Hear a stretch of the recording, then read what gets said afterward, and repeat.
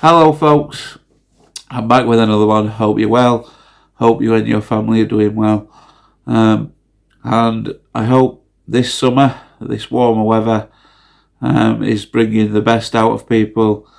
I personally definitely suffer with what they call the seasonal depression, so this sunshine is very much welcome certainly in my world.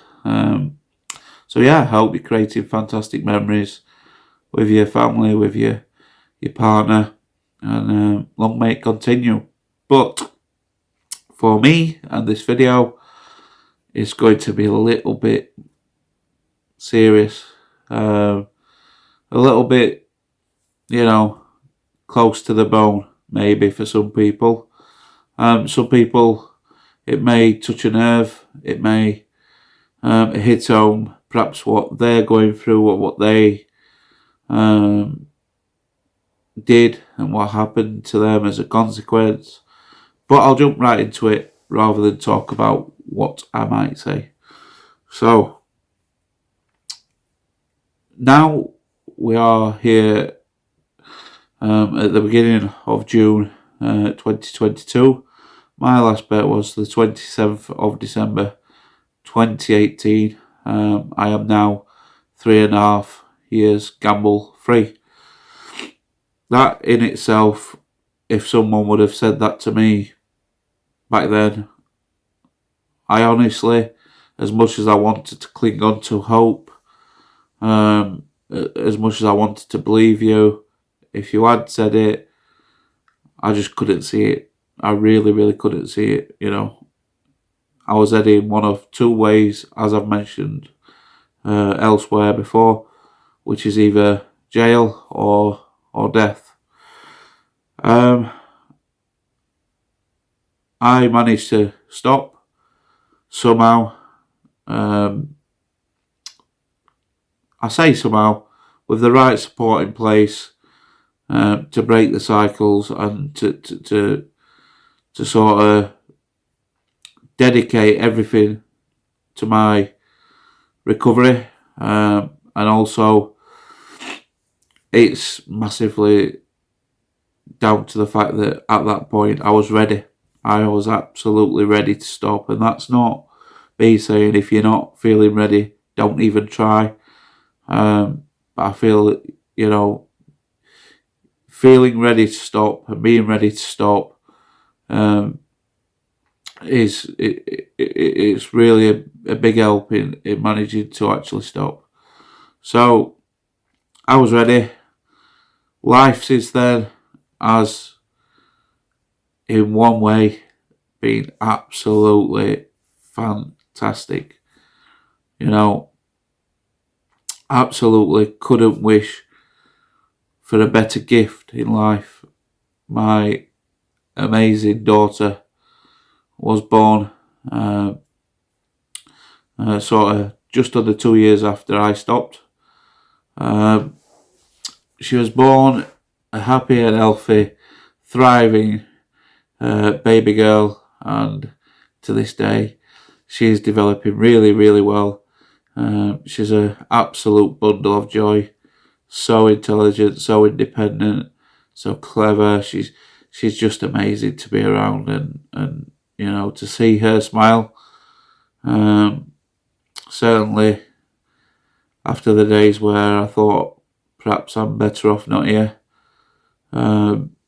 sort of reassures me temporarily that I'm glad I stayed.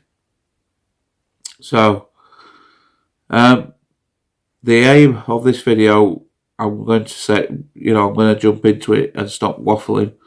But the aim of this video, I will say, is not to feel sorry for me, not to feel sorry for my family's circumstances.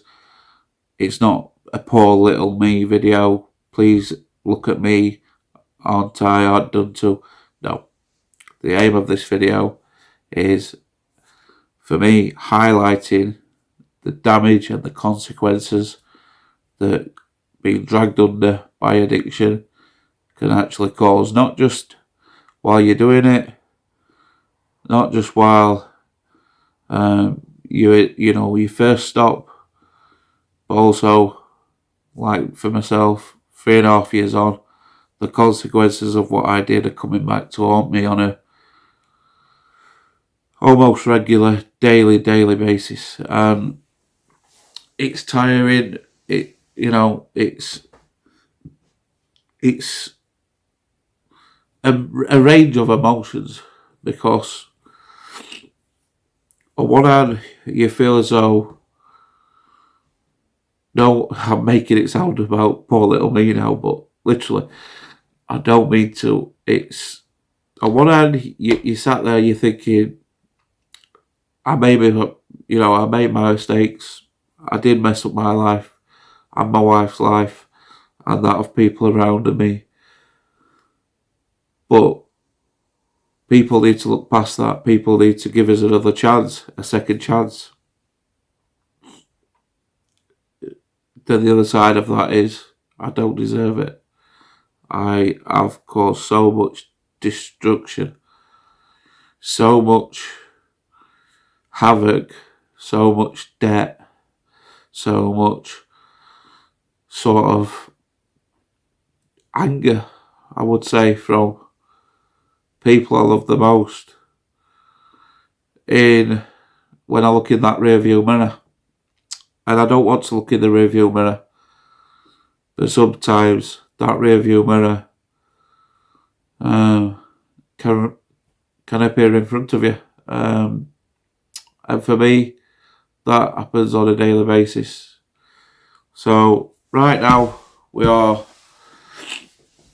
living in a house which we only got that house through a connection at an estate agent. It was one,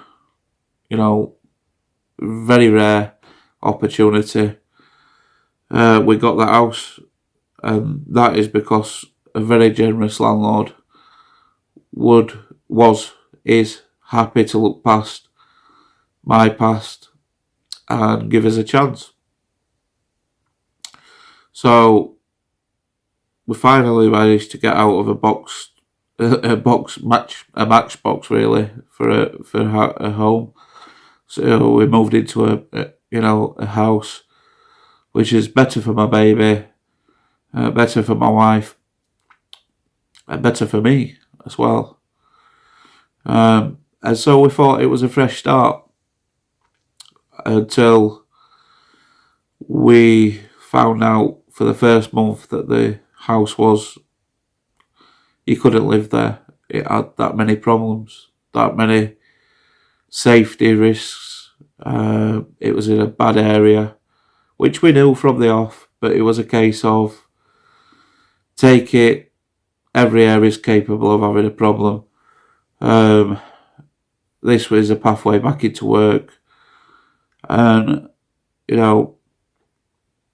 take it. And so that's what we did. And like I said, right from the off, it's been a problem. It's ranged from it not being safe and environmental health having to get involved, the estate agents treating my family like a piece of dirt, being lied to over and over again by the property management company, and all in all, we've ended up with a big problem in that area, a massive problem. There is some things I can't actually say, but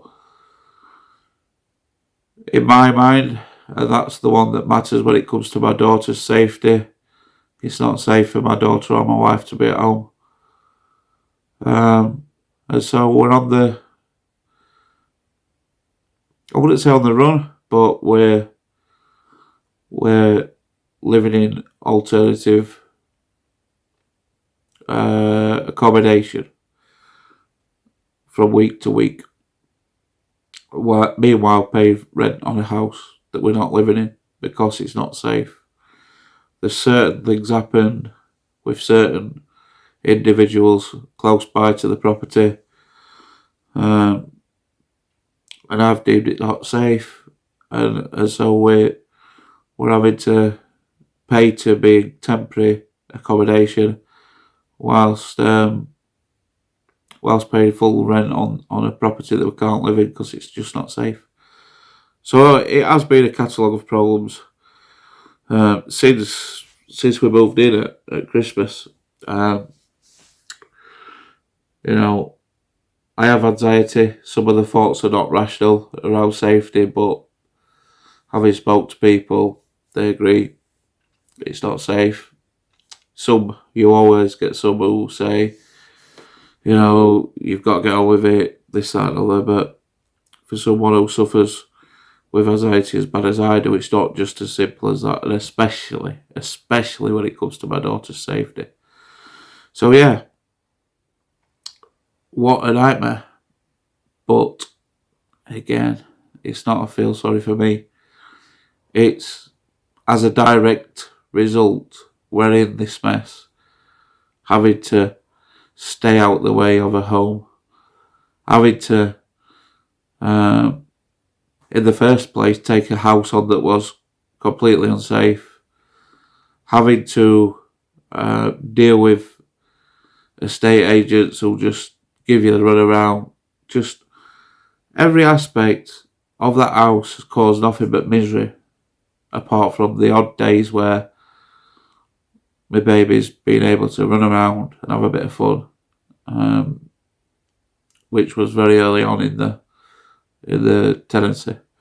So the whole thing, it's been a nightmare, and it's my fault. It's as a direct result of my history, my gambling, because had I not made the mistakes that I did with gambling, had I not been dragged under by that addiction, had I lived a normal life, you know, whereby I was able to save for a mortgage, you know, look after my family interests first, then we wouldn't be scurrying around taking properties on a desperate basis,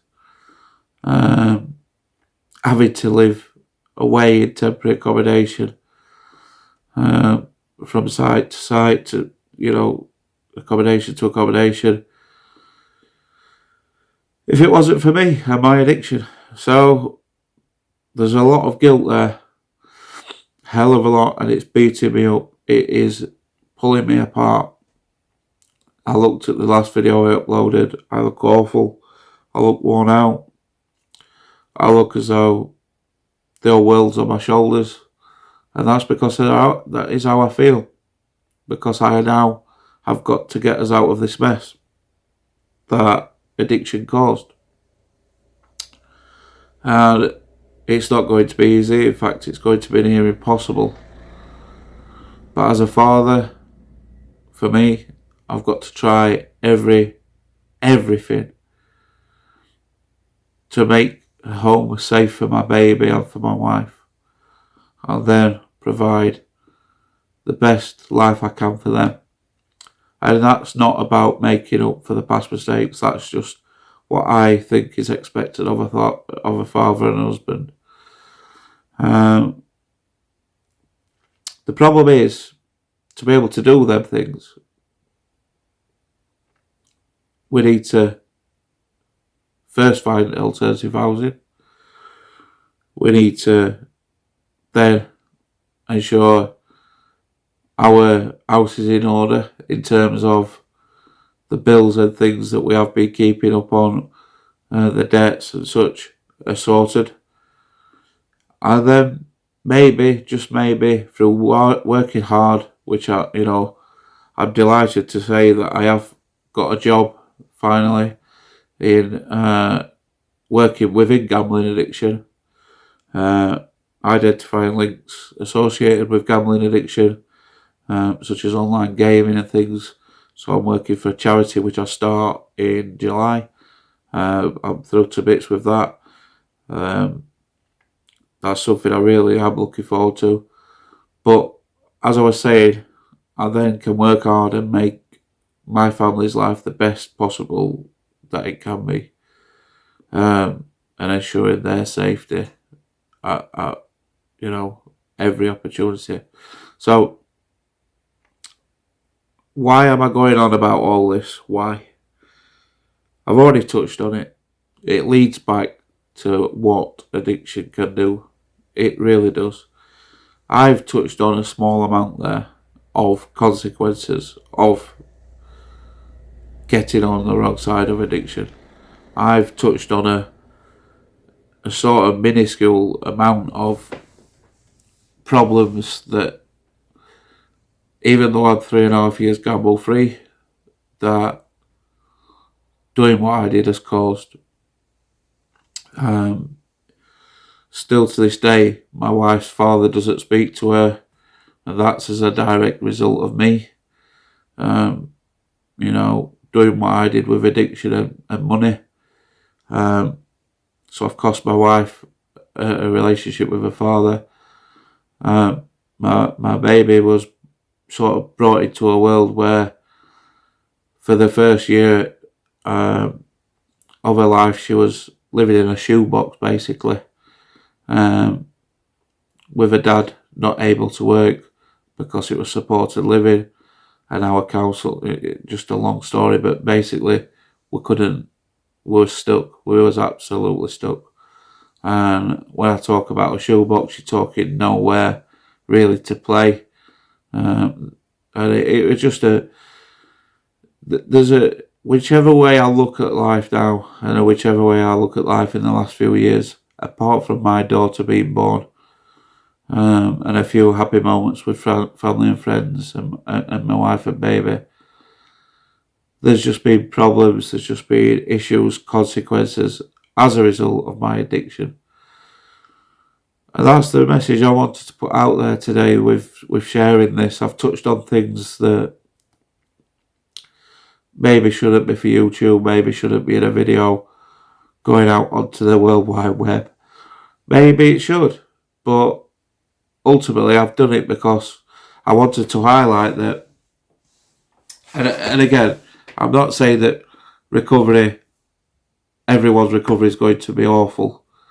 I've seen it firsthand myself. People have a great recovery if they have already got things in place to enable them to do that.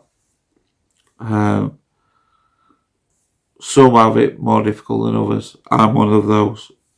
And that's because, how far gambling addiction actually took me, the depths it took me to, both financially and mentally, for my wife. But also how far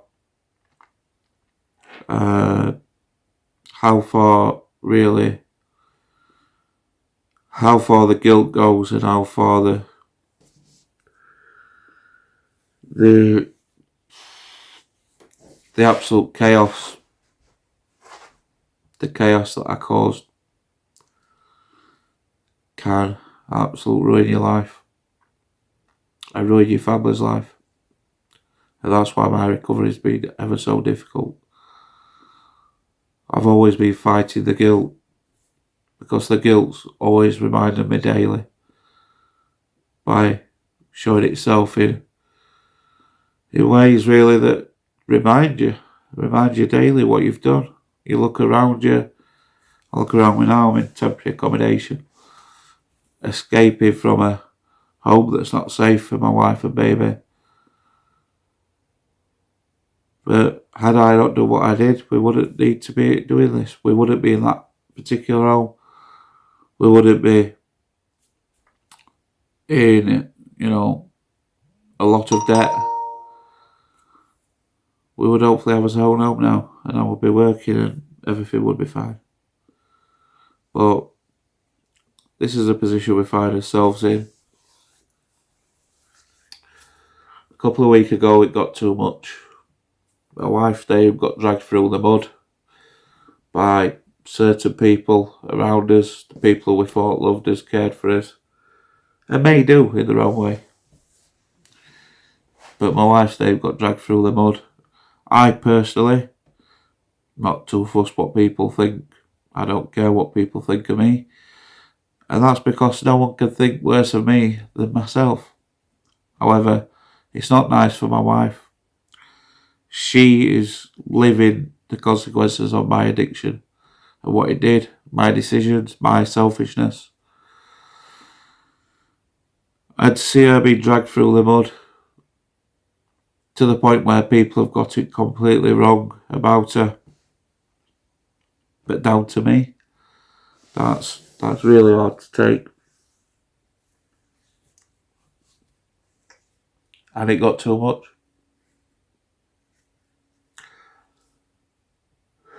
And I thought the two of them are better off without me. And that's not me feeling sorry for myself. That's the reality of what this awful, awful addiction can do to you. Even 3.5 years on, if you don't put the right things in place, if you haven't got the right support around you, if you're not blessed by having people who are willing to give you a second chance, which, to be honest, we're not at the moment, then even 3.5 years on, those thoughts could go around and around and around until you end up believing them. Maybe people are better off without me. Maybe all that path of destruction I've caused is just too much. People would be a lot better off. I firmly believe it. I'm not suicidal. I'm not here with plans to end my life in any way, shape or form. I'll be clear on that. But the thoughts have been very strong. And that's just as a result of these daily reminders, because of our circumstances, because even as a father, I cannot provide properly for my child and I cannot secure her safety in her own home. I cannot ensure my wife has a least amount of stress possible after all the stress that I put through. I can't even be bothered to, at times, help her with the baby because my head's just gone. Because of the guilt, because of what? Because of the addiction, because of how much it controlled everything to do with our lives.